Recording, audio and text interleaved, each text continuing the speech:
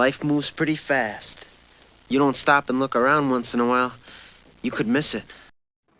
Welcome to Around the Turnbuckle. I'm the Big Alboski. That guy right there is flashing bald, known as Professor Keith. As always. A bubble of knowledge. And joining us back for, I don't know, Keith, is it 4 times, 5 times, 6 times? What is it? He's like Booker T, the five-time guest on Around the Turnbuckle. That'd be Merrick Miami. What's up, man? What's going on, guy? I believe it's 5. I think this is 5. It might be, yeah. I think it's and you 5. You know what? I'm a little sad. No offense to Tom Mitchell, because Tom Mitchell was our guest last week, and he just happened to fall on our 200th episode. I think it would have been cool if Merrick Miami was the guy on our 200th episode, Keith.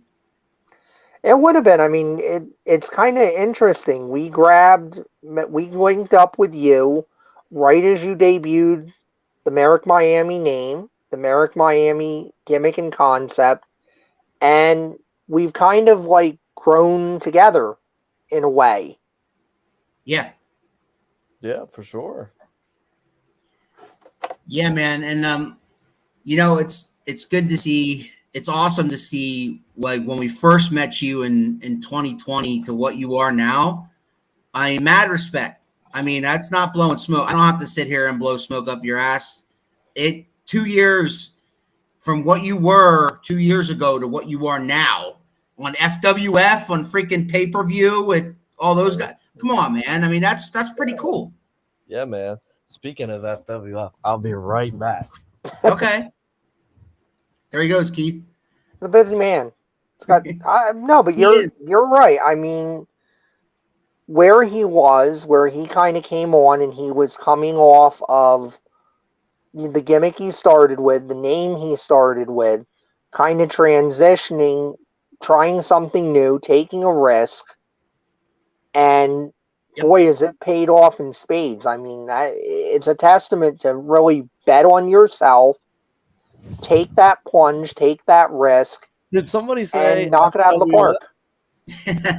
Did somebody say FWF? Absolutely, man. That's awesome. That's awesome. Yeah, man. Kudos to you. Like, I know we can go and talk about whatever you want to talk about, and that's fine. But let's talk a little bit about that event. For those who didn't see it, first off, how can they see it if they want to see it? Because I'm sure it's available on Fight TV, right? Yeah, absolutely. So if you missed FWF Live 4, if you missed FWF Live 3, 2, and 1, you can catch the replays all on Fight TV at Major Wrestling Figure Podcast. Right. And talk about the event, talk about how it went for you, talk about who was there, that kind of thing. The event was great, to be able to share the locker room with names, obviously, the man that I beat, Matt Cardona, Brian Myers, Heath, PJ Black, who was Justin Gabriel in WWE, yep. Swoggle, Rich Swan, guys like that, Maven. It was very awesome to share the locker room with these guys, not only to talk to them, but hear stories that they were telling. And it was pretty cool. I had a few conversations with a few of them about when I was like 11 and 12 years old, watching them on television, and my perspective of things, and then to hear them talk about their perspective, not as a performer, but as, a human in real life, was very cool. Right. That's awesome. I got some comments rolling in. David Motorman, he's a big SWO fan, says, "Good evening, Around the Turnbuckle on South Beach's favorite son. He's back. Welcome to Miami." I'm back. Classic Johnny Potter. Once again, gotta thank Professor Keith's camera for malfunctioning again. I don't know if it's the camera. I think it's StreamYard, but we'll see. Like I've said to Al before, I think I'm gonna upgrade the computer anyway. It's about time. Hi, Andy. We see you, Andy. He's a big SWO fan as well. What's up, man? Thanks for joining us, everybody who's watching. Thanks for joining us. Thanks for chiming in. Keep those questions coming. You were there last night. Awesome. Give us a comment or two about his match last night. Fresh off that match, you had a championship match with Alan Clayball from Dog Nation. So yeah, it was a good match. Didn't go your way, but it was a pretty good match, I think. Well, see, I don't know. And that's what I'm not understanding this because, I mean, you were there. I was. I We clearly were. had the championship won. You did. I clearly had the championship won. It was going to happen in the next few seconds, but then Sage Matthews had to stick his nose in my business, in his tag partner, Alan Clayball's business. And I mean, you were there. You saw what happened, and it was ridiculous. Totally. Absolutely. Although the professor might say that you had a belt in your hand, you were about to land-base them with it. I mean, listen, it's no surprise that I'm all about taking opportunities, and when I see an opportunity, I'm going to take it. Yeah, I think that is an instance of the SWO fans are maybe getting to know the Merrick Miami that we've known for quite a while, where, as you pointed out, and I suppose I could be charitable in saying, or diplomatic in saying, yeah, if you find an opportunity, good or bad, you're taking that opportunity. Yeah, you have to in this business especially. And hey, Alan Clayball was there for the pickings, and it was about to go down until Sage Matthews had to stick his nose on our business. That's weird there, Andy. Andy puts up a comment saying Dog Nation, and the very next comment is I like Miami. I don't get it. I don't get it either. Yeah, well, whatever. Yeah. So, I mean, let's talk a little bit about that, you see, because what Keith just said was the SWO faithful got to know the real Merrick Miami. Do you feel that way about you? I wouldn't say they got to know the real Merrick Miami yet. We're definitely getting there. Definitely the fans at 3WA have definitely got to know Merrick Miami, and we're about to see a real change in Merrick Miami. But unfortunately, there were some disagreements, and I'm no longer appearing at 3WA. However, now that SWO is getting to see that side of me, there will be a few changes made. You saw a few last night. You know, I'm done with the generic announcement to the ring. We're gonna do things my way. And you know, I believe deep down inside that there's a superstar that's to be born, and that superstar is going to ultimately come out on this new journey. I did notice that you announced yourself. You insisted on announcing yourself.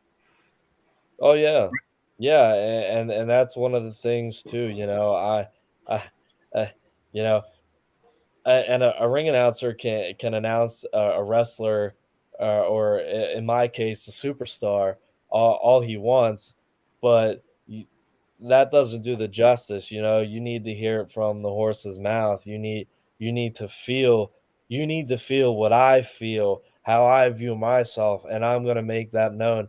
And quite frankly, if you don't like that, I don't care. You know, you're going to hear it from me because I know that deep down inside there's a superstar just waiting to come out, and it's almost time for that superstar to come out. And I agree with you on that, and I'm glad to hear you say that that's something that you're going to work on more because, and I think we've talked about it because you and I at 3WA used to talk almost every intermission, or if I saw you in the hallway, we'd talk about what you were doing, how you were doing, all that stuff. And I think that's one of the things we talked about is like your in-ring game is really tight, and it's gotten so much better. I mean, you were always good, and now you're on a different plane going back to the Cardona match and then going forward from there. But being able to convey your personality, being able to convey who you were able to do that very well. But I think even you would agree that was a part of your game you really needed to bring out a little more. So I'm glad to hear you say, like, that's my focus right now, is to get me across, to get Merrick Miami unambiguously across to people and make them take notice. Yeah, absolutely. And it's been no surprise, and it's not been, out there that, my goal is Impact Wrestling. That's where I want to be. That's where I see myself. Uh, and with FWF going the way that it did, and I'm just super hungry right now. And I don't care if I have to step on toes. This business was never meant for the weak. I mean, yeah, you're gonna have friends, but hey, man, like I said earlier, when you see an opportunity, you take it. You know, and uh, I'm I'm not gonna um, I'm not gonna short myself of an opportunity, uh, and hold back because someone thinks that I shouldn't let the superstar in me come out, that I shouldn't do this or shouldn't do that. Like, hell no. This is my storybook, and quite frankly, for my age and my story, this has been a hell of a book so far, Yeah. I and agree. a pretty damn unbelievable one yet at that. Uh, so I'm very excited to see where everything goes in the next few months, and yeah, I mean, and like I said, if anybody disagrees with me, I've always done things my way. Have they always been the correct way to do things? No. But everything that I've ever earned, I've worked for, I've done my way, regardless of being told, you can't do that, you can't do this, you can't do it this way, you can't do it that way. You know, I've done it my way since day one, and it's got me this far, so I can only imagine where it's going to take me from here. So I got another comment here by Andy. He's like, so does Wolf still have the company? Andy, I did talk to Wolfman earlier today, and he said that he was just kind of busting everybody's chops with that because yes, Ken Andrews won the match. Yes, Ken Andrews is in charge now, but he left the paperwork laying around and Wolf got a hold of it. He was just trolling everybody, but no, Wolf lost the match. Ken Andrews is in charge. But what an interesting, and I was going to bring this point up to Wolf on Wednesday on Inside the Squared Circle. What an interesting situation he has, going from being the owner and having the whole, you have to think when you're the owner, right? Oh, I can't do this. Oh, I can't do that. That would be a bad idea. That would be a lawsuit. That would be a liability. And now you've got Ken Andrews saying something that, as I recall, another promoter said to Talent a week or so ago, hey, I won't fire you. You can act up and you can be a problem and I won't fire you. And to me, that kind of sounds like, if I'm Wolf, I'm thinking, well, you know what? Then I can come to the next show, punch Ken Andrews in the mouth in the back, punch Ken Andrews in the mouth in the ring, punch him in the mouth going out again. And because this guy gave me a free pass, I can be an asshole and I can mess up his company and do whatever I want, and I've got a free pass to do it. And I got to ask you, Merrick Miami, being on that roster, does that give you any sort of trepidation that now you have this loose cannon and the Wolfman that's running around and saying, well, hey, I'm not in charge of anything anymore. I'm just going to do what I want to do. Yeah, I mean, I feel now that Wolfman is going to uh feel a little bit uh kind of like how I felt for a while within the company. I I was being in all these multi-man matches, and I've been saying, I've been wanting to bring the superstar that's inside out, and sometimes it's very hard to do that when uh you have guys like Shawn Rollins, you know what I mean? Like, it's hard to do this when you're in a situation with um guys who within the company are are delusional, and they don't see the bigger picture here. You know, they don't see that, you know, they're not in it to become what I am. They're not in it to become what I aspire to be. They're in it they're in it for the wrong reasons. And many would probably say that I'm in this for the wrong reasons. But at the end of the day, you know, when all of us were kids, is what we dreamed about was doing this. Was dreaming about being on television, being in a locker room with guys like Matt Cardona and Brian Myers, being on shows with those guys. And now all of a sudden I get to this point and everybody's mad at me and everybody want, you know, it's so hypocritical. It's so hypocritical. So I don't understand. I don't understand that aspect. But as far as the Wolfman goes, you know, it was his company for 20 some years. And now it's not. Now it's Ken Andrews. It's Ken Andrews' world. But that's great because as you know, Ken Andrews and I have plenty of history. Yep. Ken Andrews was one of the guys along with Evan Atlas who trained me to do this alongside the Wolfman. And so I know Ken Andrews probably better than Ken Andrews knows Ken Andrews. So I don't think that we're going to have any problems moving forward within the company.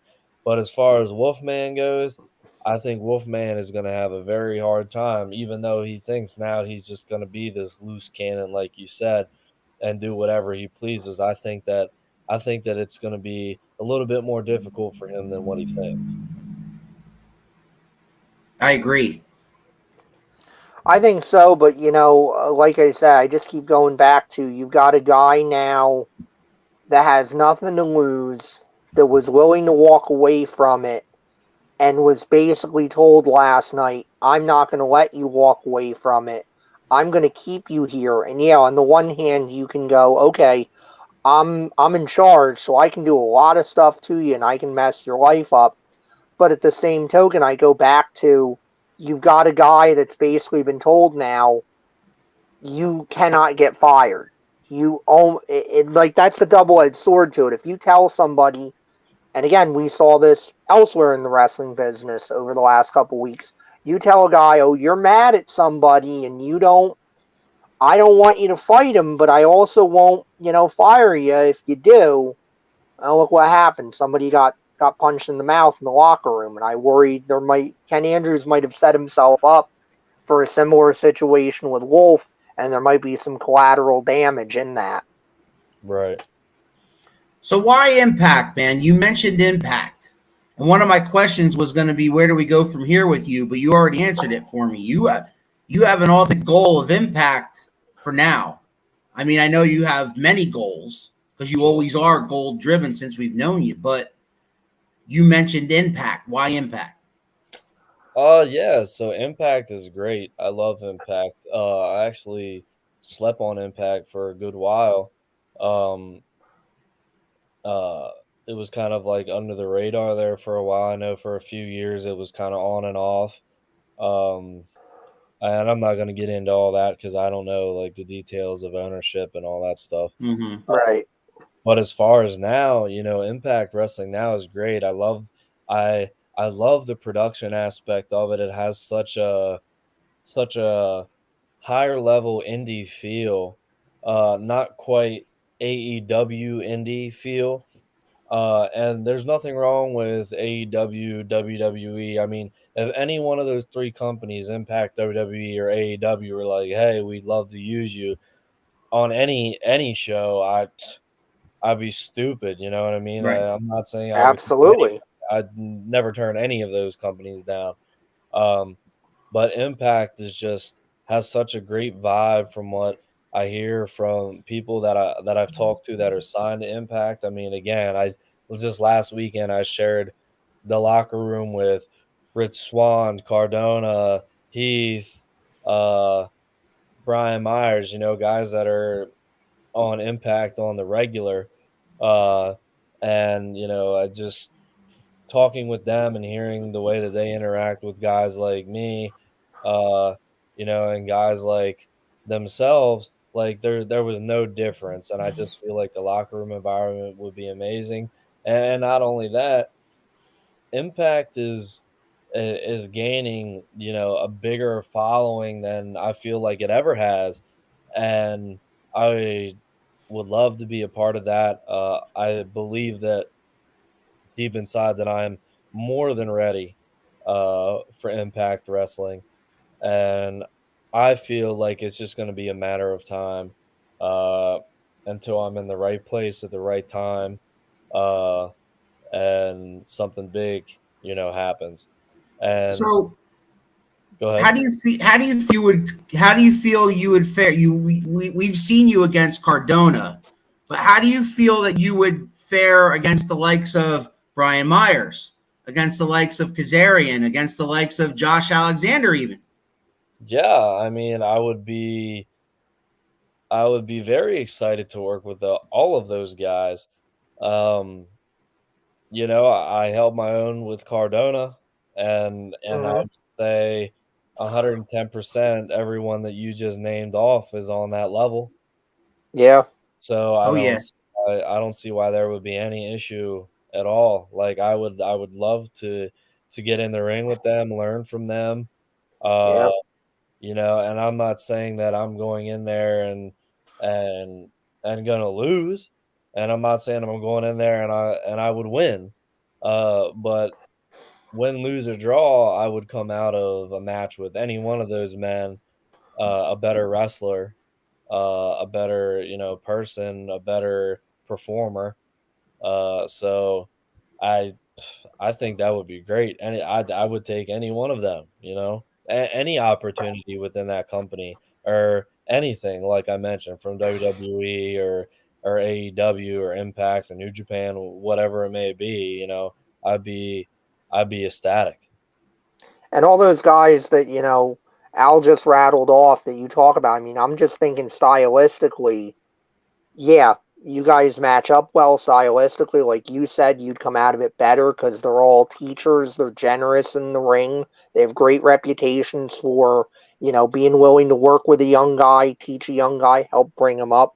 I mean, I think, and again, you and I have talked about it. I think Impact would be a good place for you. I mean, yeah, if somebody else wants to give you an offer, you're 100% right. Don't turn anything down. Don't say, nah, well, my heart's set on this. Like, no, go get what you can get. But I mean, yeah, I think that would be a real good place for you. I think you've got the right goal there, and you've got some contacts there too. You've almost got a foot in the door already Right. to Yeah. kind of keep making your name there. Yeah, for sure. And it's no and again, it's no secret to anyone that's ever known me, any fan that ever thinks that they know me. Uh, you know, I'm a go-getter. When I Hmm. see something I want, I go and get it, and I don't take no for an answer. Yeah, and you have definitely worked on your craft. You get better, smoother in the ring every time we see you. You're definitely putting the work in shape wise too, because you've gotten in better shape since 2 years ago for sure. Yeah, thank God.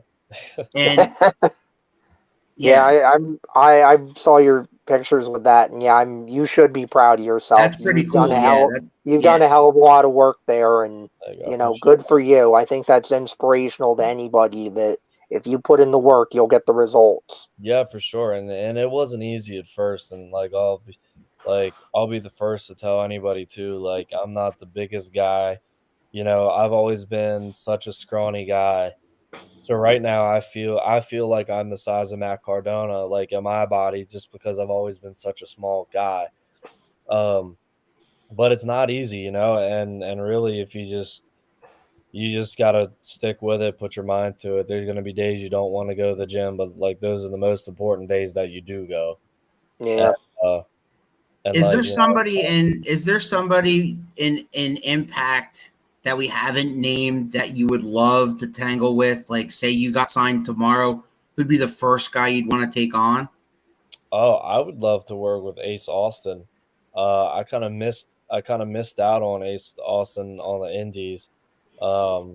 because I believe it was not too long after, you know, I kind of got into the thick of things in indie wrestling that he had gotten like blew up and was everywhere, and then it ultimately got signed by Impact.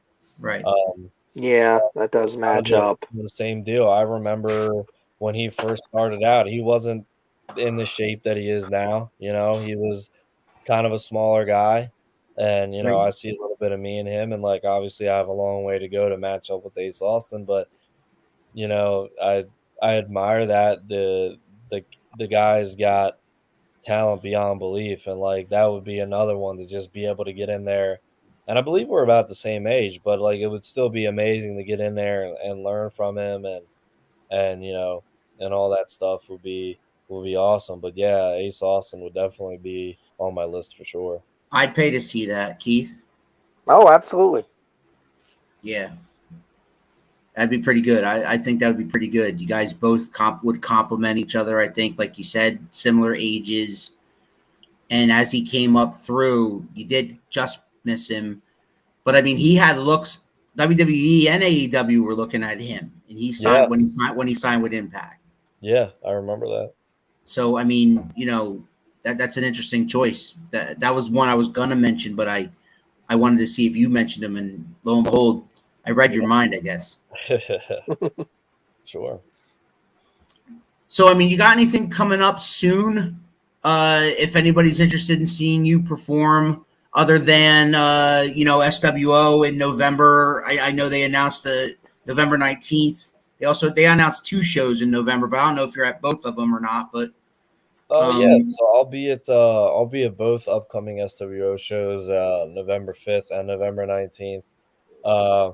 But as far as anything else between now and then, I have nothing. I obviously was kind of laying low a little bit before FWF. Obviously, I wanted to be healthy as possible for that, get in the best shape that I possibly could for that. But now that that's over, I had SWO last night. yeah, And the SWO on the 5th coming up and the 19th. December 3rd, I will be doing a super camp, which will have representatives from Impact Wrestling there, New Japan, AEW, and a bunch of other promotions. So I would love to make some great connections there. I believe they said they will be picking a few people, standouts from the tryout / camp, to be on their show later that evening that they're putting on. So that's a possibility.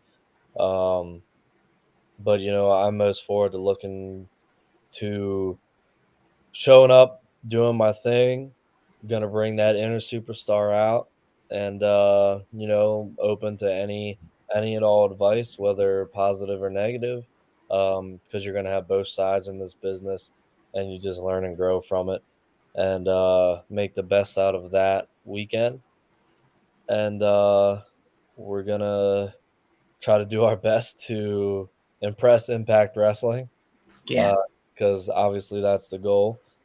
And then I think I'm closing out the rest of the year with 2 more SWO dates in December.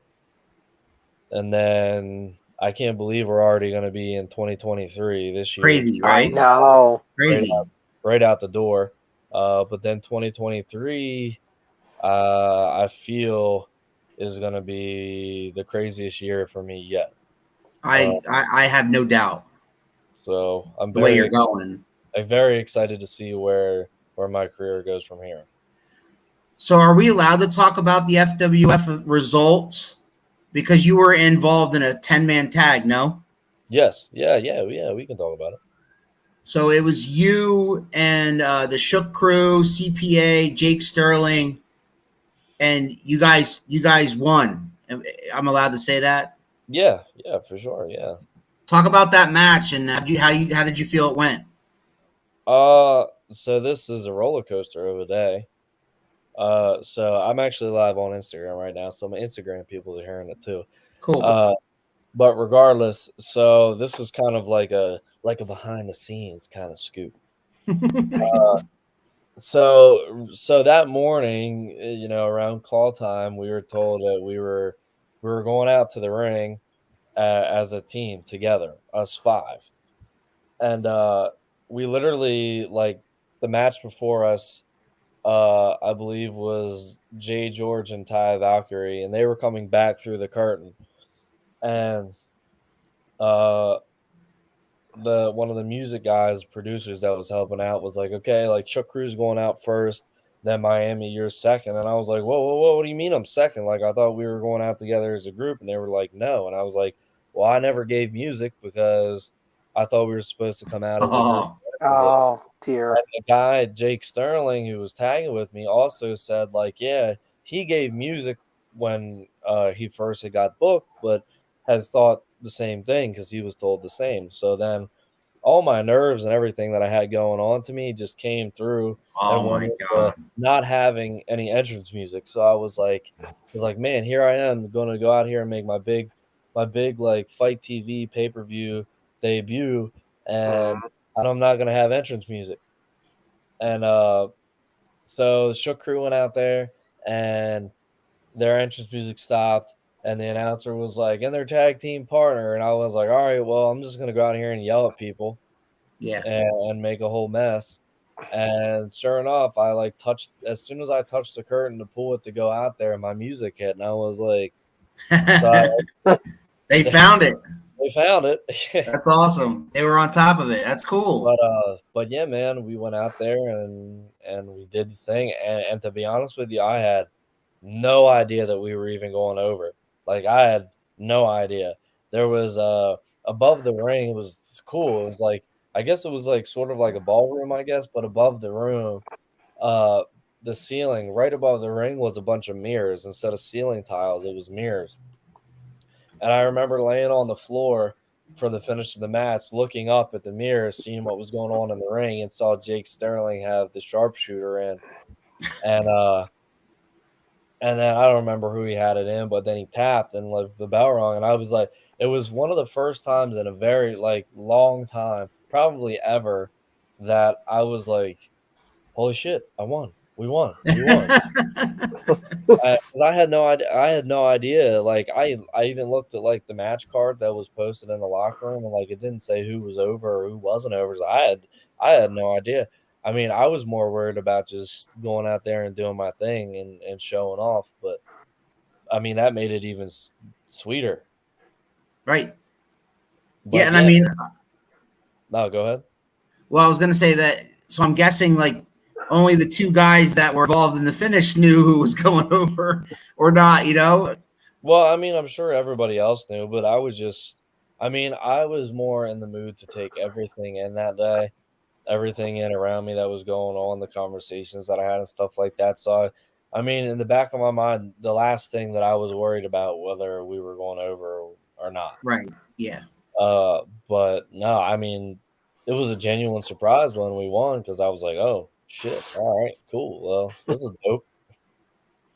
And that's the thing about wrestling, right, Keith, is that it really doesn't matter if you go over. What matters is, what you do while you have that 10, 15 minutes out there. It does, but I mean, it doesn't hurt that you're also able to say, hey, I'm a winner. But yeah, being a heel, right, you've always got that ability. If you do wind up losing, you can talk some shit, you can mess with the fans, you can mess with your opponent. Like, you can very quickly kind of not necessarily take the babyface's shine away, but you can kind of restore your heat, and by the end of it, the fans are walking out, and they don't really remember that you lost so much as they remember, geez, that guy is such an asshole. What he did after he lost. What a spoil sport. I'm going to go buy a ticket next time, and I'm going to watch him get his ass kicked. He's going to get his comeuppance. Like, that's why it's so much easier to be a heel sometimes, because faces can't do that. If they lose, you can't just turn around and go, well, I'll go kick the heel or I'll go beat the crap out of him. You can sometimes, but it's kind of easier as the heel to restore that heat, because the whole idea is I want the crowd to hate me. I want the crowd to be mad at me. You've got a few more tricks in your toolbox for that that are more immediate. Yeah. At the end of the SWO show, Ace Dallas attacked the champion and he stood over him and he said, "See you in November." Are you concerned about that? Because I think that you have unfinished business with Dog Nation at this point, no? Yeah, definitely. I definitely have unfinished business with Dog Nation because obviously, as you know and saw, I should be sitting here, your new SWO Unlimited champion, a two-time Facts. SWO Unlimited champion yet at that. And yeah, I mean, it kind of has me a little bit on the edge, but at the end of the day, I had my beef with Alan Clayball, and we somewhat finished that. But now, Sage Matthews is in the way. So now I feel like I have to pay attention to Sage Matthews and take care of him before I can get back to business with Alan Clayball. And if Ace Dallas takes care of Alan Clayball, like, okay, that's great. That just means that's another person that I have to go through to get back the SWO Unlimited title. So, I mean, one way or the other, I'm going to get my title back, because if you remember, I technically never should have lost it because the Syndicate, my own damn faction, is the ones who screwed me out of the title to begin with. Right. So now I have to get back to where I was because I should have never ended up the way that I did. Have you ever taken on Sage Matthews one-on-one? Because I'm forgetting that you ever did. Yeah, so I would probably say in the list of everyone who I've ever wrestled, I've probably wrestled Ken Andrews the most. Yeah. Mm-hmm. Ken Andrews, probably Sage Matthews. And I gotta tell you, we've put on some bangers. I'm sure. And I'm sure you could hear because I mean the couple of times that I've been able to observe Sage in SWO, the way the fans take to him, to me it's like a Ricky Morton kind of pop. Like he is so beloved and Right. the audience loves him so much, especially the women. Like I think I turned to Al's son and I said, like, this kid gets like a Ricky Morton pop. These girls are gonna be throwing their underwear in the ring at him. They're so enamored of him. And you're kind of just reminding everybody of who Merrick Miami is as a heel. So I mean, what an opportunity for you that is to take on such a strong baby face and be able to get heat on him. And now that's going to elevate you and that's going to help you in your quest to get, like you said, to get that superstar out there and out in front of the people. What an opportunity that is. Right. And while I want to agree with you by saying that I'm a heel, I I'm far from trying to be like Matt Cardona here, but like I don't feel like I'm a heel. I'm just being myself. And if people don't like me being myself, like that doesn't make me a heel. I'm just being myself. This is me. This is this is who I truly am. And people are mad at that, and that's not my problem. Well, a wise man once said, "Baby, the best heels always think they're justified." I'm not trying to justify anything. I'm just telling you straight up, this is who I am, and if you don't like it, I don't care. I'm here to I'm in this for me. I'm not in it for the fans. Professor, are you trying to raise the ire of Merrick Miami right here live? No, what is going on here? I would never do such a thing. But the way you're talking, it reminds me of an MJF interview I just read where he kind of said the same thing to a degree of like it's not the friend business, it's the wrestling business, and I'm here to get everything I can get out of it, all the money out of it, all the attention out of it, everything that I want to accomplish and the goals I want to accomplish. I'm going to do whatever I have to do to get there. And if you Yeah. want to come along with me, I really don't care if you do or not. Yeah. I mean, we'll put it plain and simple to sum up everything that you just said. How many people just like me, do you know, have beaten Matt Cardona? None. That I personally know, you're right. None that I personally know. None. So right there, I already have a leg up. And nobody can take that from me. Nobody. No, It's in the history book. it is. And as I pointed out on Carnage every week, it was a contractual obligation that I had to point that out. You were smart enough to negotiate that into your contract. Yes, but you are no longer required to do that since he no longer is affiliated with that organization. That is true, but I'm sure if some other organization were to hire us and he were to work for that organization, I guarantee you he'd have that in his contract. I wouldn't mind calling some SWO matches. Just saying. Just throwing that out there. Yeah, that'd be awesome. Have you gotten a chance to check us out? Because I know you don't. I know you pay attention to everything. Your goals are there, but I just curious, since you've known us now for 2 years, did you get a chance to hear our commentary? Yeah, I've definitely watched a few. Obviously, ones that involved myself. Of course. Well, yeah. But yeah, commentary was on par. I mean, I really particularly don't care to hear about anybody else other than myself on your commentary, but Understood. From what I hear is great. Appreciate it. I was just curious. Yeah, I definitely appreciate that. Because, it's most of our guests we're meeting for the first time, and you are obviously an exception to the rule 5 times on here, and probably, I hope, a lot more times on here, but before we have to pay you to come on here, because I think that's going to happen eventually. I am definitely, after this podcast is over, I am definitely making you a graphic to post on your page, because I'm the 5-time Yes. around the turnbuckle champion. He is. And you know what, fans, if you don't know that he is also a graphic artist, I can't wait to see what he comes up with, because that's pretty cool. I already have the idea in my head. I appreciate it, man. That's cool. And the mark of a true artist always has ideas floating around there. Always has a few going, right? Absolutely. So I mean, and that kind of helps you in your career, in your wrestling career too, because you're thinking, ahead. You're thinking 5 steps ahead. And if this doesn't work, well, then you're going to try this or this. Oh yeah, you got to. Yeah, you always have to be 5 steps ahead. And a lot of great legends were also, artists and cartoonists. Bret Hart, Jerry Lawler. He was. Yeah, they were. Absolutely.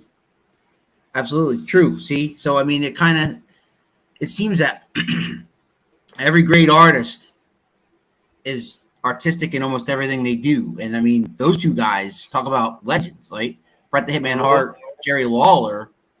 You know what I'm saying? I mean, those guys had that extra talent there, just like yourself. Sky's the limit for you. Yeah, and I mean, is the sky really the limit? Because I feel like there are no limits in this business. I feel like you can go as high as you want.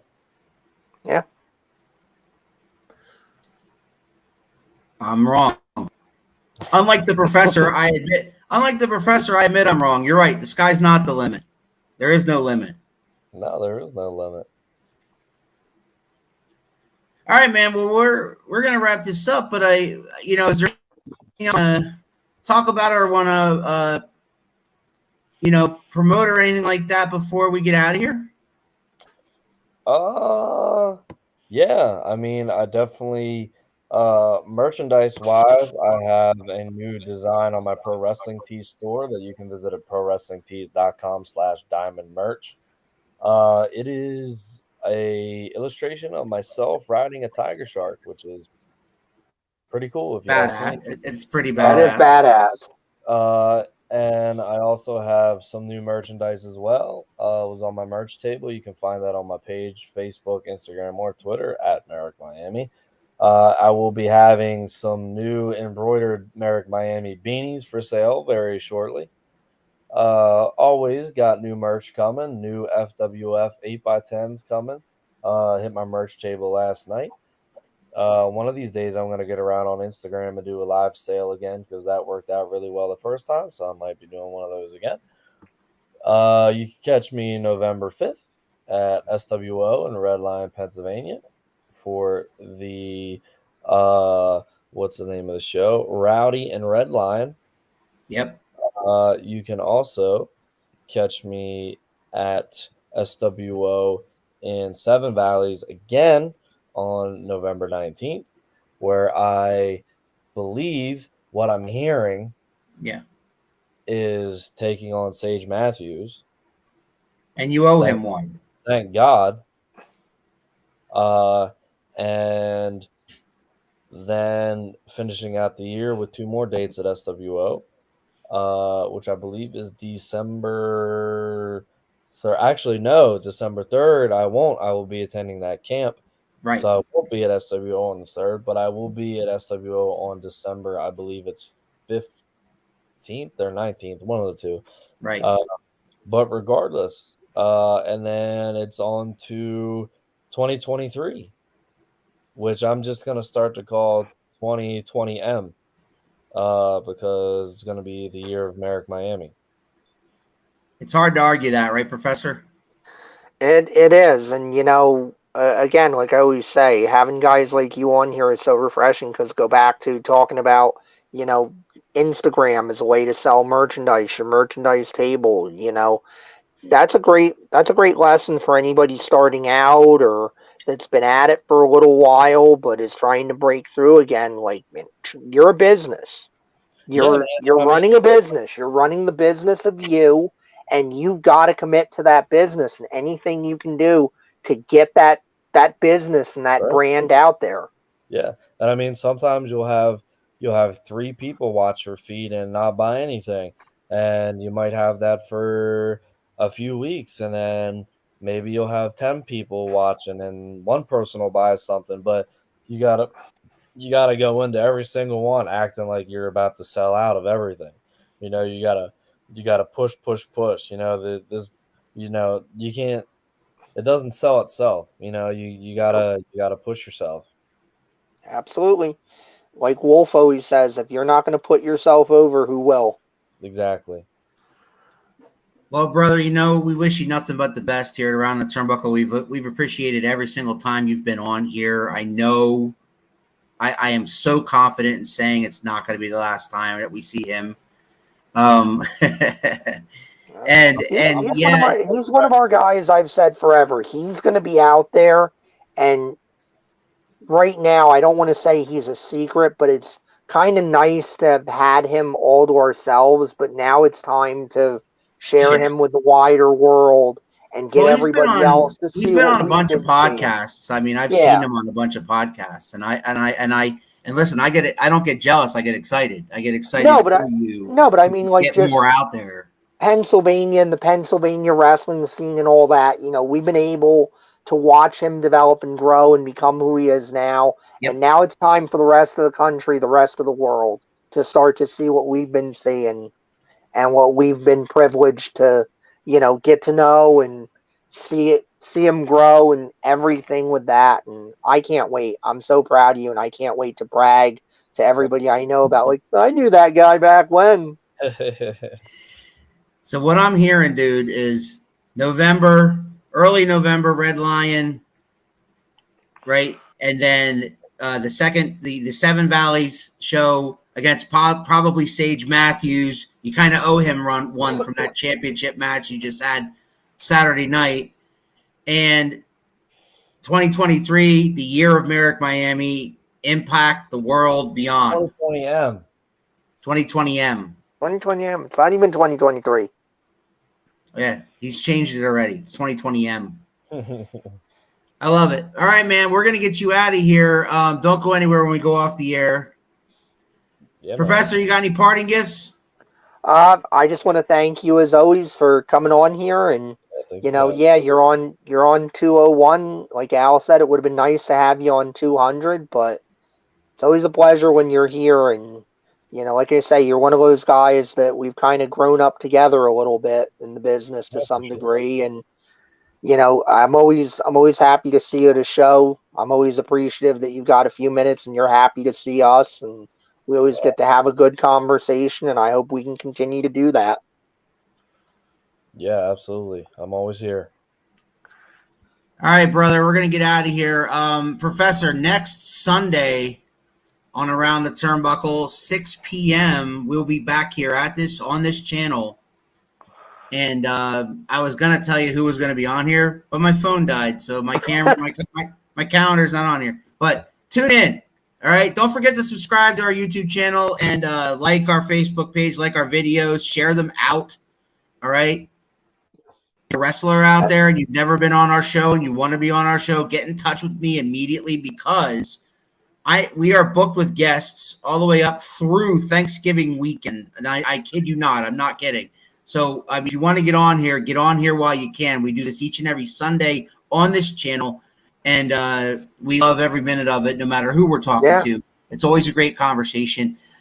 Thanks to everybody who's ever chimed in for last week. It was great. We kind of glossed over it because we were talking to Tom Mitchell, but 200 episodes is awesome. I'm so glad to share that with my partner in crime, the Professor, and I'm so glad to share it for the 5th time for Merrick Miami. Let's go. Here we go. We'll see everybody next time on Around the Turnbuckle. For Merrick Miami and the Professor, I'm the Big Alboski. We'll see you then. You think you know me?